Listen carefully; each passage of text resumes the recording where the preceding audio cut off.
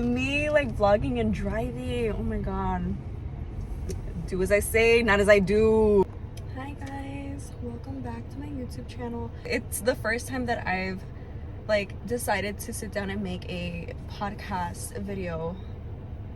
I'm so inconsistent, it's embarrassing. I'm sorry. Life gets in the way, you guys. You understand. I'm here at the gym. I'm about to go and hit my workout, but there were just a couple things that I just wanted to get off my chest. And I first and foremost want to say I'm sorry for the inconsistencies. It's something that I am working on. Okay, just be patient with me, please. Do as I say, not as I do.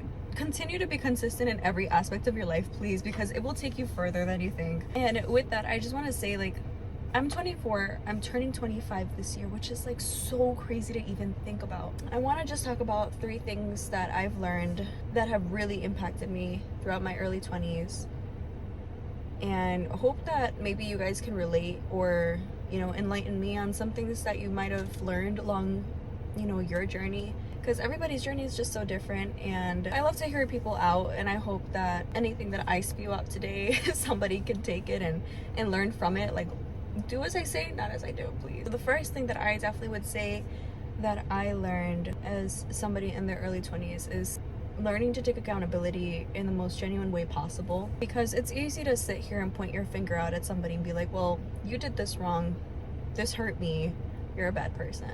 It's one thing to say, hey, I fucked up, hey, I dropped the ball on this, I didn't do this correctly. But it's another to be like holding yourself accountable for the things that you really aren't achieving. For example, I'm not following up on my diet. Like, I'm over here eating like crap, like eating out. That's one of the things that I've become accountable with as well, just not being consistent. I mean, as you guys can see, because I haven't uploaded a YouTube video in forever, basically. And same thing with my clothing brand. Like, I just was not consistent with that either. Like, I'm blocking my blessings by not being consistent with the things that I told myself that I would hold close to me and cherish and value. And who knows, maybe I would have been at a stronger position than I would have ever even imagined had I been consistent with it, you know? So holding myself accountable in those aspects helps me recognize like you have more potential than you're putting out. I think it's important to do a self check-in, you know, like let's say every month, like set out monthly goals that you want to do. Keep a checklist of habits that you might want to kill or habits that you want to adapt to.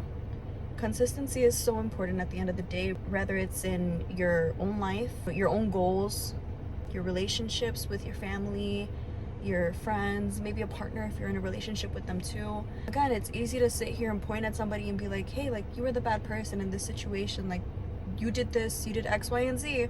But it's a whole other level of respect for not only the other person but for yourself as well, when you're able to recognize your wrongs and say, hey, like, it was pretty fucked up of me to say that, or it was pretty fucked up of me to do that. And those moments of accountability really do help you realize where you fall short in terms of your responsibilities and relationships with others, where you fall short in your responsibilities as a whole. With taking accountability, it's really just like, it's a form of self-respect. It's a form of gaining respect from others too, because the last person I would ever want to be friends with is somebody who cannot take accountability for themselves or take accountability for the things that they do. And it takes a lot, but it's vital to, you know, maintaining relationships and just also being honest with yourself too, because what's the point of lying to yourself? You're really only cheating yourself if you do. Another thing that I really learned to value is learning to trust yourself. This might be more towards the people who struggle with anxiety, because I struggle with anxiety and I didn't realize how much I struggled with it until recently. Learning to trust myself came in a million different forms. Let me just say that one was definitely the most humbling lesson that I've had to learn, and I'm still learning. You know, like, it's one of the things that I hold close to my heart, because I think it's so important to trust yourself, trust your own opinions, trusting your own judgment. And one of the main reasons why I began to distrust myself was because I had such a high regard for how people perceived me I began to believe the things that they would say to me or say about me, make me out to be this person that I wasn't. The things that they were trying to like mischaracterize me on were just simply not true. But because I held their opinion to such a high regard, I began to lose trust within myself. I would think I'm just a person who is not capable of doing X, Y, and Z. It really does bring you down when you allow the perception of other people get to your head. It's easy to believe them because that's just how anxiety works sometimes. For such a long time, I felt like I was an unreliable person. An unreliable person because that's just how people painted me out to be for such a long time. And it hit me hard because I knew for a fact that that wasn't true. So it took me, mind you, months, months of reflection for me to be able to finally calm my anxiety down from this perception that other people have led me to believe that I'm this unreliable person. As I began to unpack this, I guess, anxious mindset of me being unreliable, I realized like, no, actually I'm one of the most reliable people that I personally know. Like, this perception that they have of me being unreliable is misconstrued and has led me to believe that I am unreliable. And as I sat back, I began to think about, okay, when are the moments that I have been reliable? And I realized, like, whenever a friend called me, I would immediately answer and talk to them for however long they needed me to talk to them on the phone for. Or if they were having a bad day and they needed to talk to me about it, and like we would go texting back and forth, we could talk about the issue all day. We could talk about whatever issue it was, even if it was the same issue a million times over and over and over again. Like, I was always there as a listening ear.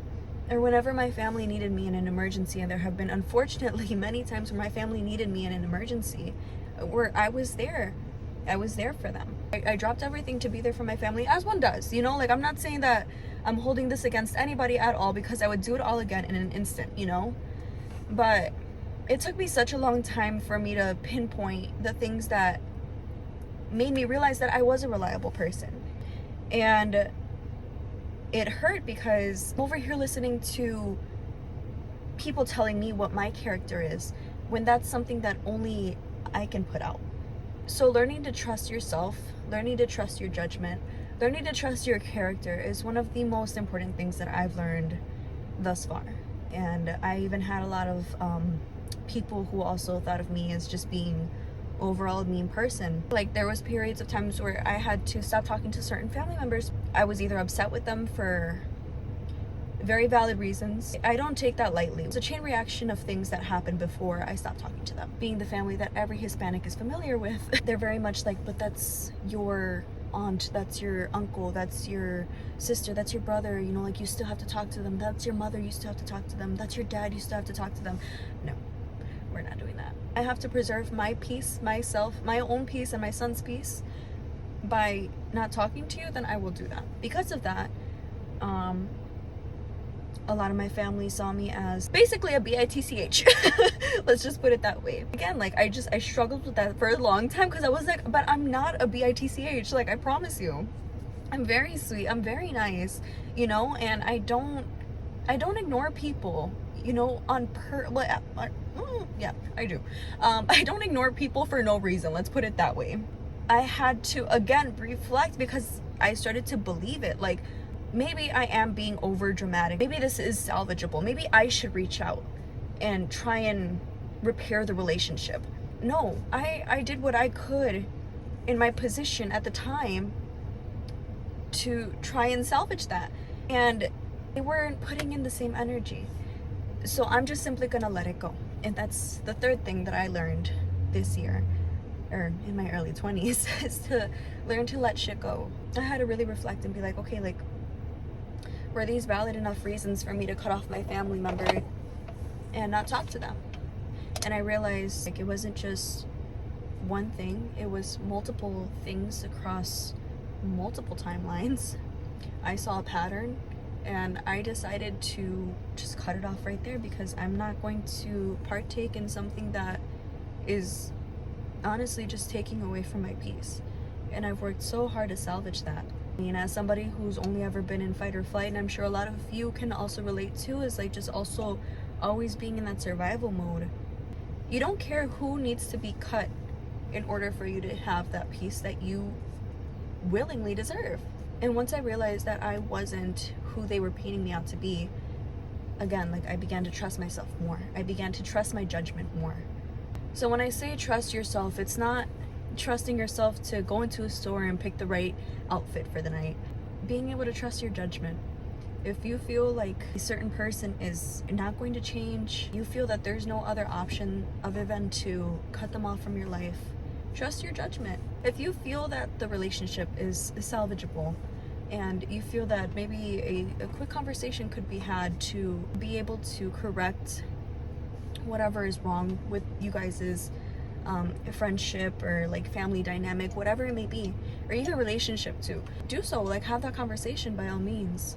Oh no, I'm only 24, so what do I know for real? Okay, I know I said 3 things that I've learned in my 20s, but another thing, there is no point in being nonchalant.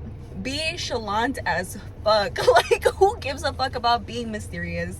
Be weird. Be weird to the most highest extent. Like, and I don't mean weird like you're moving weird.